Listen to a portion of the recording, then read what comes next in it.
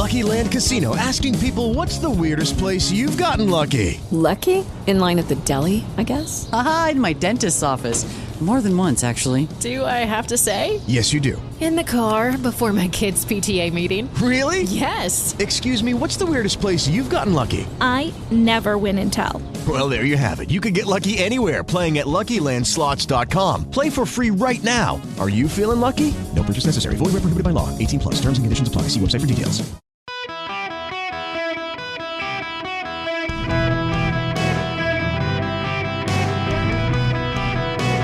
Welcome to the Eric Erickson Show podcast, Hour 1. Habemus Orator! Habemus Orator! There's white smoke!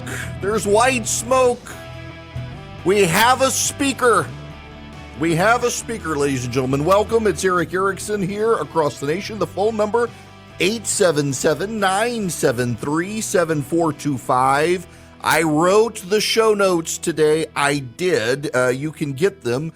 Text Eric, E-R-I-C-K, to 33777. You can find everything. We have a speaker. Let me tell you what I know. Mike Johnson is a Republican congressman from Louisiana. He is a social conservative. He's actually more socially conservative than fiscally conservative, though he is fiscally conservative. He's not a big spender, but he's got that Louisiana populist streak in him. He is well liked by his colleagues, and we'll see how this shakes out. He is 51 years old. He's from Shreveport, Louisiana. He represents the 4th Congressional District and has been there since 2017.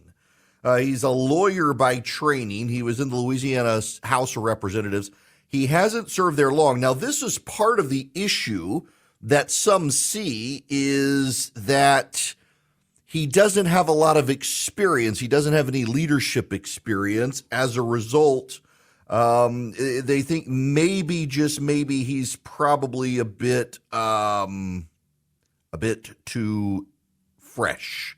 He's the vice chairman of the Republican Conference. He had been a chair of the Republican Study Committee. He sits on the Judiciary Committee. He sits on the Armed Services Committee. He is not a House Freedom Caucus member, but the House Freedom Caucus guys like him. So he's going to have the votes. It appears he will have the votes. Now, how does this shake out? So the House will be summoned and they will go on vote. No Republicans have come out forcefully against him. The right of the party likes him. Lauren Boebert has come out in support of him. Marjorie Taylor Greene has come out in support of him. Matt Gaetz has come out in support of him. There was a lot of thinking that some of the moderate or liberal Republicans would oppose him, but they're kind of tired of it. They're happy with him. They think that they'll be able to spread him out. And Jody Arrington is going to give his nomination speech. Jody Arrington is the House Budget Committee chairman.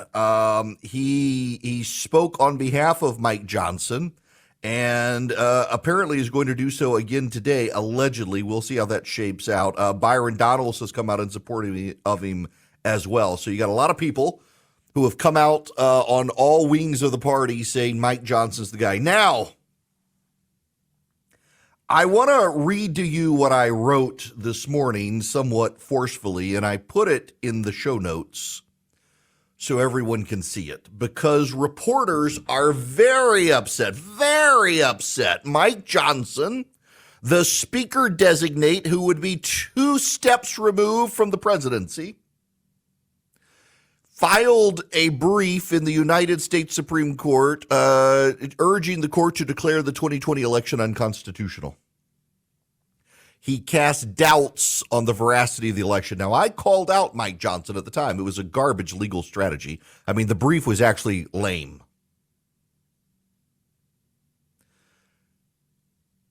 But I don't want to quibble over the stolen election stuff with any of you, because I have a point here. Reporters in Washington, D.C. are all upset about Mike Johnson casting doubts on the 2020 election. Not a single one of these reporters has said jack about the New York Times casting doubt on the Gaza hospital bombing, the Baptist hospital explosion. The New York Times has literally hired a reporter who has cheered on Hitler's final solution and has called for the extermination of the Jews. He's a reporter in Gaza who has openly called for the extermination of the Jews, and the New York Times is putting him on their payroll. And none of these people upset about Mike Johnson have said anything about it. The Associated Press will not call Hamas a terrorist group. After admitting the New York Times got the hospital bombing story wrong, today they're out saying, well, we can't really believe the Jews either, so we don't know what to think. You have the Los Angeles Times reporter who denied that babies were decapitated and says Israel needed to show proof, and then insisted Israel hit the Baptist hospital and insisted Israel needs to show proof they did not. And none of these reporters called out that guy. If you're a reporter and you're willing to be outraged by Mike Johnson casting doubt on the 2020 election, and you're not willing to speak up against reporters who are peddling Hamas propaganda and anti-Semitic talking points, you can just shut up. Don't give me the I'm a Hill reporter. I'm a Hill reporter. You're a reporter, and reporters in this country are no longer trusted or respected because you people circle the wagons and don't say anything about your own side. You're not willing to clean up your house, so you'll forgive me for ignoring you when you expect me to clean up my house. Women literally had their children cut from their wombs, killed in front of them, and then the moms themselves were murdered by Hamas. And the New York Times has just put on its payroll a man who championed that and said Hitler got it right. And you're going to spend all of your time complaining about Mike Johnson and the 2020 election? Really? I spoke out about Mike Johnson in 2020 and the stupid legal strategy he deployed. Many of his colleagues, you should know, the Republican colleagues who picked him, none of them actually believe the election was stolen. I know they tell you they believe the election was stolen, but behind the scenes, they don't. It's just performance art. They don't want to lose the base. They want the base on their side. They see the fundraising engine. And so they perform a dog and pony show with you. You believe them and you write them checks. And behind the scenes, they laugh at you. That's the nature of the game. It's what the establishment did. And these people now on the Trump wing of the party, they're the establishment. They behave the same way. And you don't believe it about them because you like them. But behind the scenes, I've been in the meetings. They all laugh about you believing the election was stolen. And they go out and sing a song to you about how it was stolen and get you all outraged about it.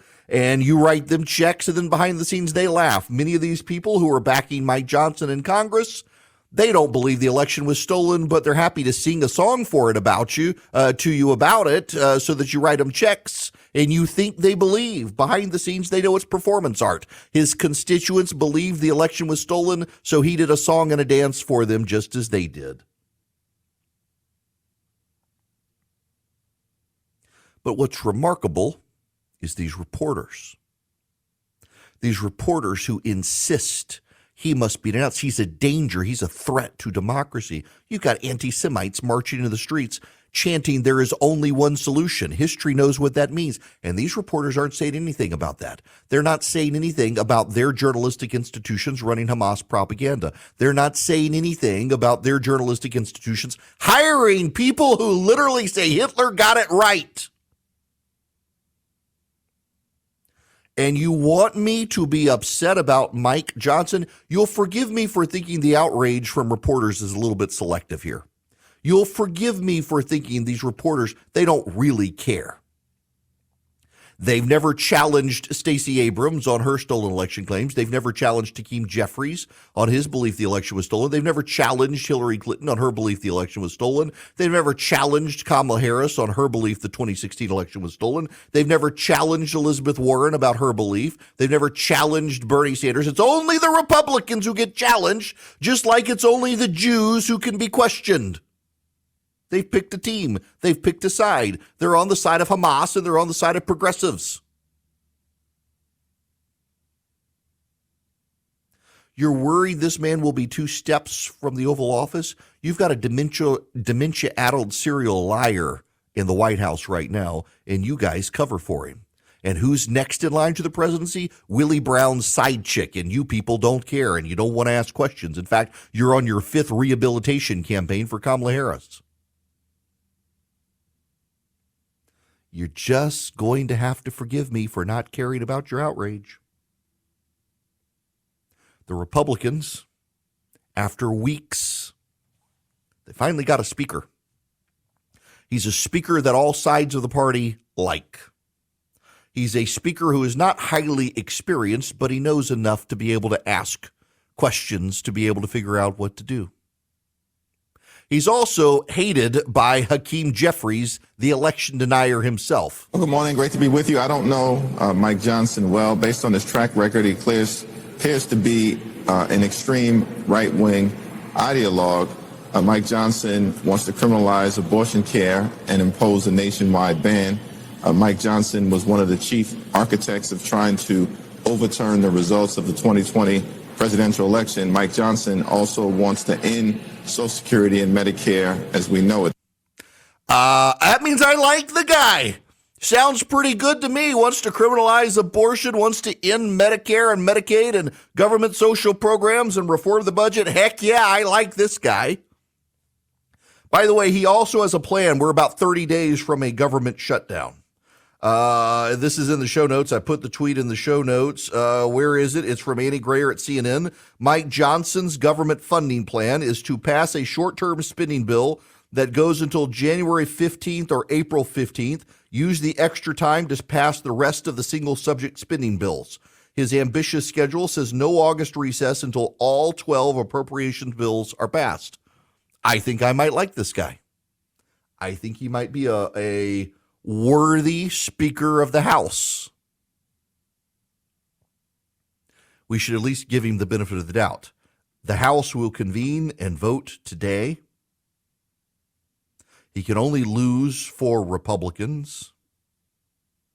And now the Democrats are complaining that Mike Johnson is Jim Jordan with a coat on. That works for me.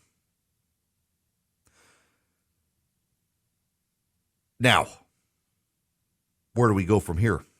He's going to have to negotiate with the Senate on the spending bill. A majority of the House wants to fund Ukraine and Israel. Well, we haven't talked a lot about Ukraine lately. But Ukraine is making inroads against the Russians. They've deflected a big Russian attack. They found 3 spies overnight who were planning on blowing up the military headquarters in Kyiv, and they no longer live. And they've gotten behind enemy lines and have pushed further than people expected them to. So there are encouraging signs. Ukraine is also now trying to build up its own weapons manufacturing facilities, so they're less reliant on our arms, which is a good thing. And you got a majority coalition of Republicans and Democrats in Congress who want to give them a little more money, $100 or so billion, less than 5% of the defense budget, to be able to proceed. They want to tie it to Israel. You fund the 2 of them, and then you fund the border. That's the plan. Mike Johnson has been amenable to funding Ukraine in the past, so it looks like they might just do so. Now, I will tell you the Democrats are out vilifying the man this morning, which is another good sign. It appears that Mike Johnson, given the number of Democrats who will not be in Congress today, will have the votes and will be the speaker. And all these people in the media, I want you to pay attention to this. I need you to pay attention to this. You're going to hear a lot from media institutions today about Mike Johnson questioning the veracity of the 2020 election. And all of these reporters who are doing so have said nothing about the New York Times hiring a man who literally says Hitler got it right and we need a final solution to the Jews. They want to clean up Congress and get rid of the liars. Why don't they spend more time cleaning up their own institutions and getting rid of the anti-Semites before they say jack about anything else? Stand by on the phones, 877-973-7425. If you want to be on, I will get to you after the break. Oh, good gracious. Insane people emailing me. They want attention. I will ignore their email. Okay. I gotta mention these two pieces of audio. I want to play these for you. This is the Secretary General of the United Nations. But the grievances of the Palestinian people cannot justify the appalling attacks by Hamas, and those appalling attacks cannot justify the collective punishment of the Palestinian people. Excellencies, even war has rules. We must demand that all parties uphold and respect their obligations under international humanitarian law. Take constant care in the conduct of military operations to spare civilians, and respect and protect hospitals, and respect the inviolability of UN facilities, which today are sheltering more than 600,000 Palestinians. The relentless bombardment of Gaza by Israeli forces, the level of civilian casualties, and the wholesale destruction of neighborhoods continue to mount and are deeply alarming. Yes. And the UN Secretary General said that the Hamas attacks can't justify collective punishment of the Palestinians. And he also said that you do have to understand the Hamas attacks in light of 75 years of Israeli occupation. And now he's doing damage control. I am shocked by the misrepresentations by some of my statement yesterday in the Security Council, as if I was justifying acts of terror by Hamas. You said that they needed to be seen in light of 75 years of Israeli occupation, Mr. Secretary. That's not a misinterpretation. Those were your exact words.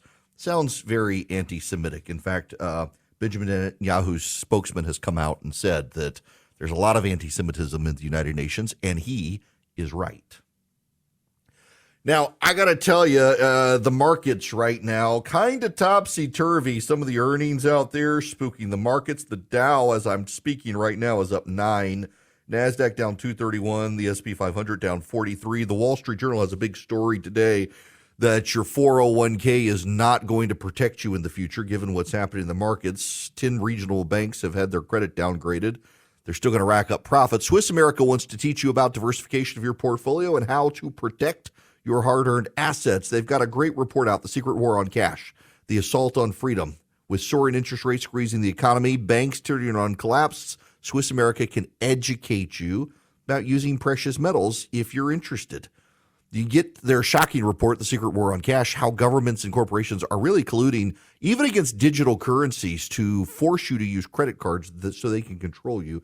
All you have to do to get it, it's free, is call or text 800-289-2646. 800-289-2646.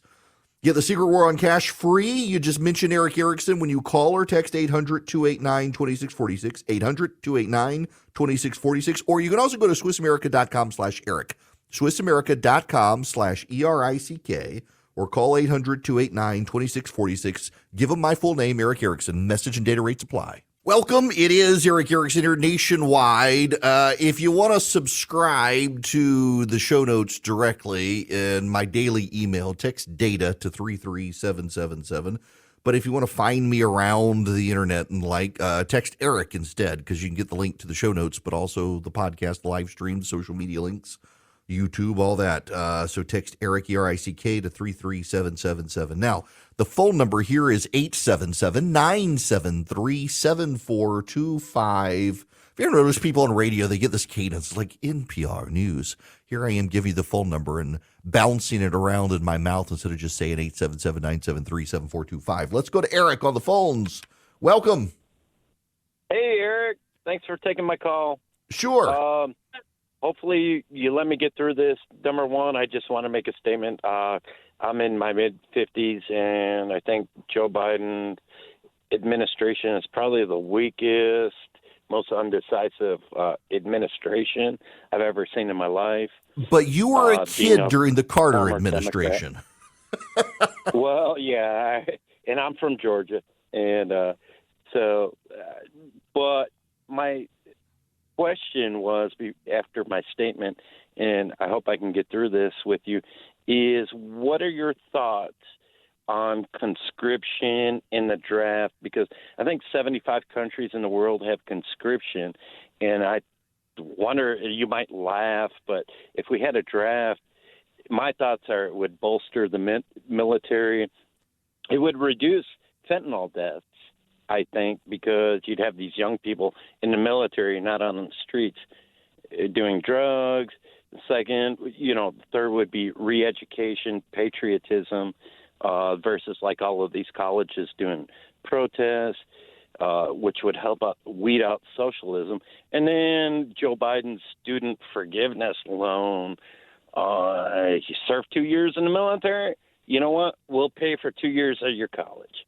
So what are your thoughts on that? Well, first of all, we do with colleges need to be mindful of the GI Bill, but also I don't think it would do any good. First of all, I think if you reinstituted a draft and you made it mandatory for everyone, you'd be voted out of office.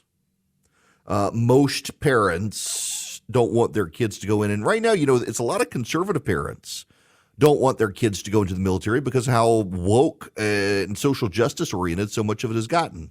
There's a meme going around social media right now that the Army is back to putting big white kids in the recruiting ads, which means we must be getting ready for a war. The nerdy little kids with laptops, they've taken those commercials down.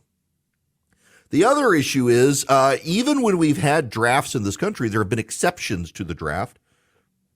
And it was always the rich people whose kids are marching for Hamas that were able to weasel their way out of the draft. Disproportionately, it was blue collar workers and their families who were roped up in the draft, and the Ivy League kids were able to get out of it, or they just moved to Canada to protest it. So you're not actually going to fix those social ills. I also don't know that you're going to fix the drug problem and the addiction problems by putting people into the military. The data is dubious on that point. So I don't think it would work, and I think that if they tried it, they'd be thrown out of office anyway. So it's more hypothetical than something that might happen. Now, I've got to talk about a story here, and it only dropped. It's the downside of you put the show notes together and then you actually miss a really big story. But this one, in fairness, it dropped right as I was pressing send on the show notes. But this one's big.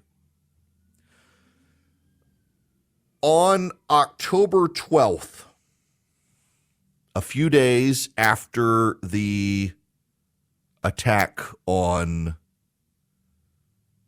Israel, the Biden administration, and I'm looking for the audio to see if I have it, and it doesn't look like I have the specific audio. But the Biden administration on October 12th denied Iran played any role in helping Hamas. They said there was no evidence of it. The Biden administration's denial that Iran played a role in the Hamas attack on October 12th came after a Wall Street Journal report showing there was evidence and sources who documented Iranian collaboration with Hamas. And this administration came out very forcefully and said there's no evidence of that, none. You will also note that around that time, pressure was being brought to bear to restrain that $6 billion that would have been going to Iran, and the administration was dragging its feet on that. Well, now there's a report. It dropped right at noon.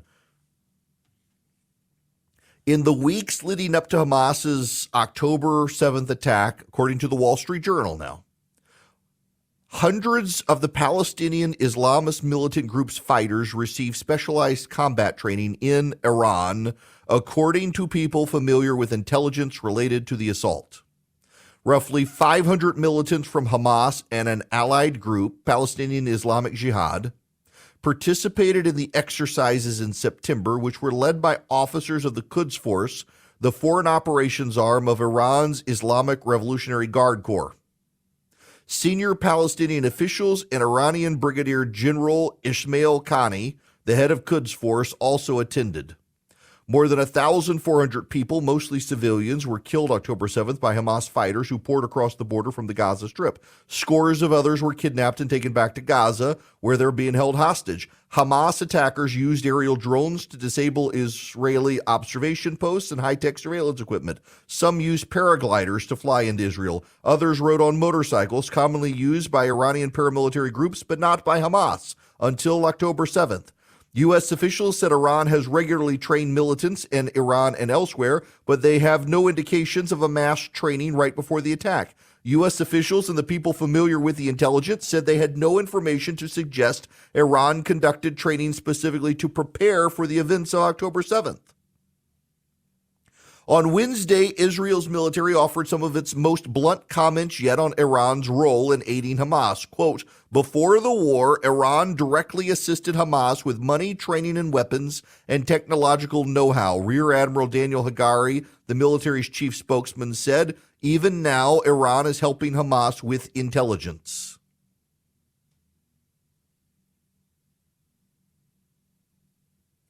The United States has said it has no evidence Iran directly was involved in planning or approving the October 7th attack. Those are some weasel words here. I need everyone to put on their big boy pants and understand what's going on here. The United States government, run by Barack Obama and now by Joe Biden, has been overwhelmingly sympathetic to Iran and had not just Iranian sympathizers, but potentially Iranian spies on the payroll. In fact, right now, an Iranian sympathizer is the chief of staff to the head of special operations in the United States Defense Department. That person still has her job despite the document leaks from Iran by Iranian opposition forces.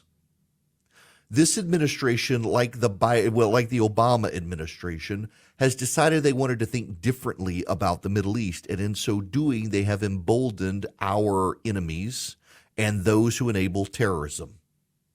This administration, like the Obama administration, is extremely arrogant, extremely know-it-all, and refuses to process information, look at the information, and change its mind.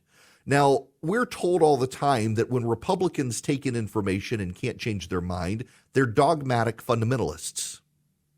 This administration is full of dogmatic fundamentalists who can see what happened in Israel, see Iranian militants, the Houthi of Yemen, firing missiles towards Israel. American soldiers have come under attack from Iranian militants. More than 24 American soldiers were wounded in the past 2 weeks. This administration tried to keep it quiet until they couldn't. Those soldiers, some of whom are starting to come home, they had to do it because families are going to go to cameras and say, my son was attacked by Iranians. And so only now is the administration willing to bring this stuff up. But this administration has decided it's all about the vibes, the memes, and the good thoughts. Here's the reality. Iran has wanted to kill Americans since 1979.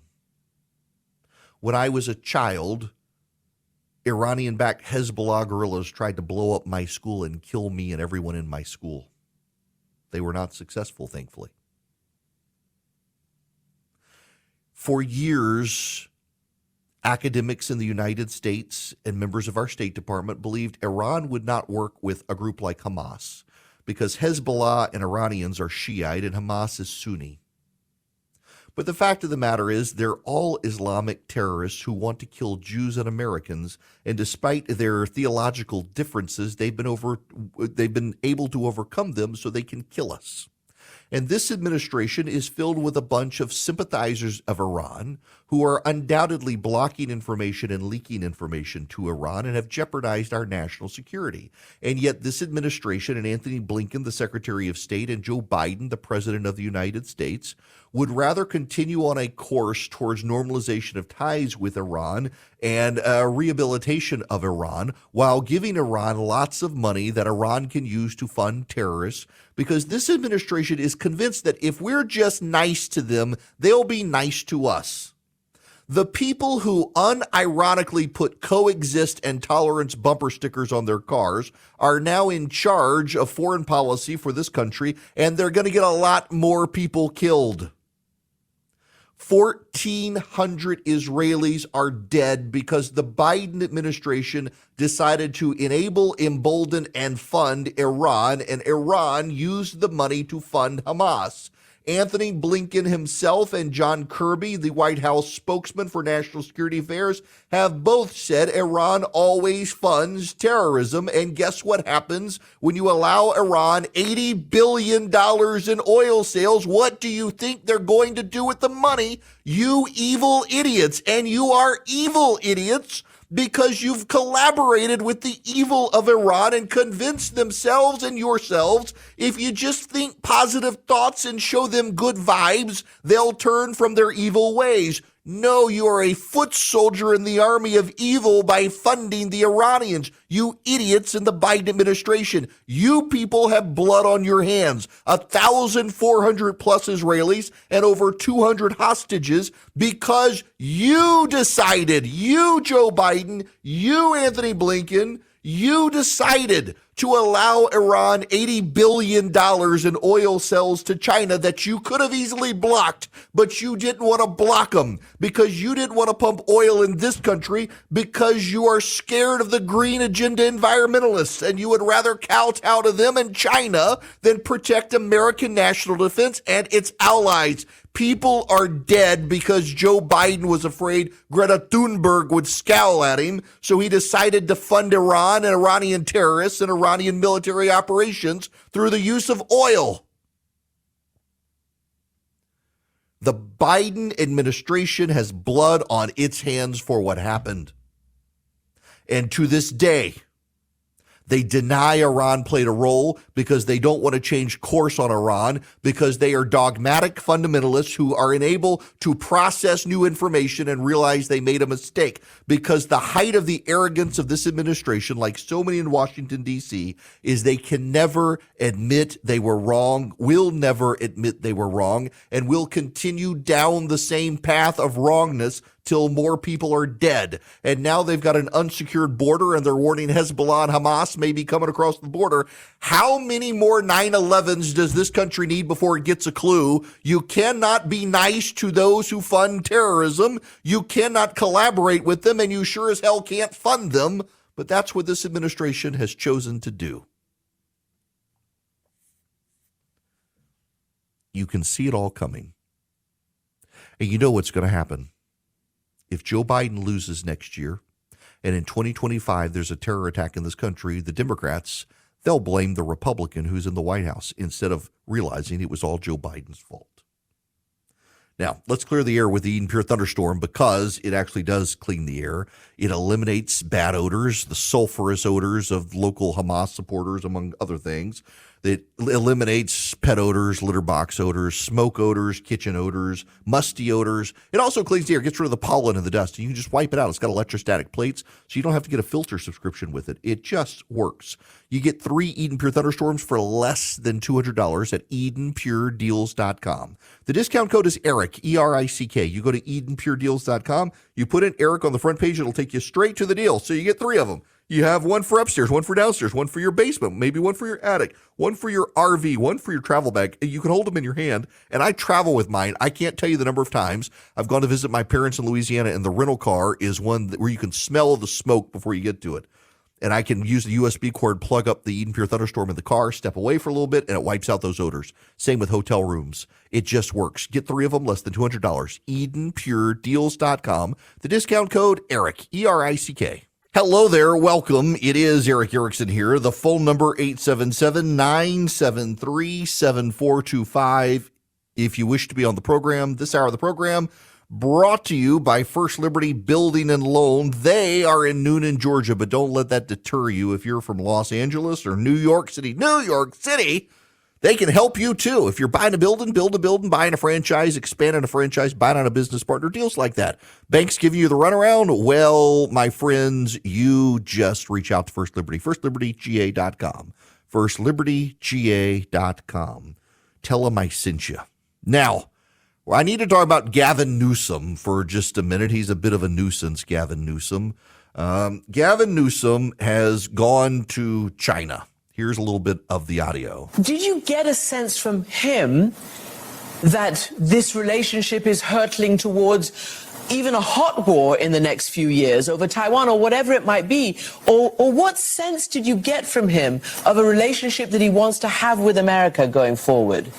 And the fact that we had access to these high-level meetings, I'll be meeting with 5 provincial governors tomorrow, another extension of this visit, I think is suggestive that we're entering, I hope, a new phase, bit of a thawing. The last few years have been very stressful. I think it goes to your question. And we've got to turn down the heat. We've got to manage our strategic differences. We've got to reconcile our strategic red lines. Those are well established between our two countries. But I want to applaud the Biden administration. And on the basis of the engagement I had today with members of the Xi administration, President Xi himself, I want to applaud his willingness to reconcile those differences, people-to-people exchange. The fact he's meeting with the governor of California at the subnational level, I think is indicative of a thawing. Really? You idiot? You really believe this? I got to tell you, this is willful naivete on his part. By the way, you should note as well that for all these progressives marching in the streets, claiming that Israel is an occupation force, China literally wants to be an occupier of foreign lands and is literally running concentration camps where they're ethnically cleansing minority Muslim and Christian populations in their country. And Gavin Newsom thinks there could be a thought. This is the same level of idiocy that the Biden administration got itself into with Iran. He's just trying to turn us into a vassal state. And the unspoken part here is that Gavin Newsom thinks China is on the rise. Far be it for him to stand in their way. After all, I mean, they get their trains to run on time, and it'd be good for the environment if China was in charge. And he's perfectly happy to be a vassal state of China. I mean, that is the unstated policy at this point of the Democratic Party, is that we need to just move aside and let China rule the roost instead of trying to fight them. They don't think we can. They don't think we should. They kind of like China because the Chinese, they're communists. You know, I mean, that's just one step removed from socialism, so it would be a good thing. And they figured out how to make markets work in China with the invisible hand of government. Absolute insanity and naivete from Gavin Newsom. That man wants to be president so bad. He's got to be stopped. Judy was boring. Hello. Then Judy discovered ChumbaCasino.com. It's my little escape. Now Judy's the life of the party. Oh, baby, mama's bringing home the bacon. Whoa, take it easy, Judy. The Chumba life is for everybody. So go to ChumbaCasino.com and play over 100 casino-style games. Join today and play for free for your chance to redeem some serious prizes. ChumbaCasino.com. No purchase necessary. Void where prohibited by law. 18+ terms and conditions apply. See website for details.